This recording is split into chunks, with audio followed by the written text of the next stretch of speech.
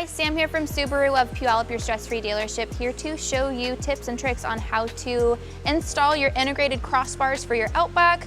Most new models, I do believe it dates back as far as 2015 models. Let me show you. So first, on driver's side, you're gonna have the pole piece here that's gonna allow you to release the driver's side crossbar in the rear of the vehicle. I want you to pull that latch up to pull it out, and we're gonna set it over in the middle of the vehicle. Then I want you to hop to the passenger side, and I'll show you on that side as well. Alrighty, same on passenger side. I want you to pull that release mechanism, and then I want you to maneuver it all the way over to the middle of the roof here.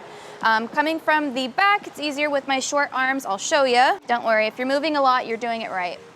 And then you're gonna have almost a hole or a space that you can enter the opposite part of that crossbar into the opposite side that you've released. So I am on passenger side.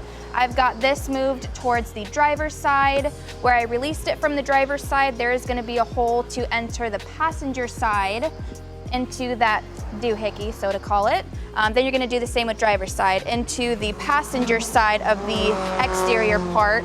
You're gonna click it into there. So that same release mechanism we used, I want you to pull that and enter it into that circular area, lock it in there in place, and then I'm gonna hop over to the driver's side and do that on that side as well. Alrighty, so I am on driver's side from the passenger crossbar.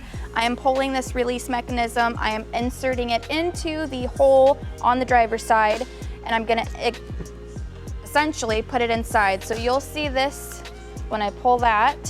I'm gonna stick it in while holding it, and then I'm gonna release, so now it locks it into place. So both should not be able to move. That means you've done a job well done.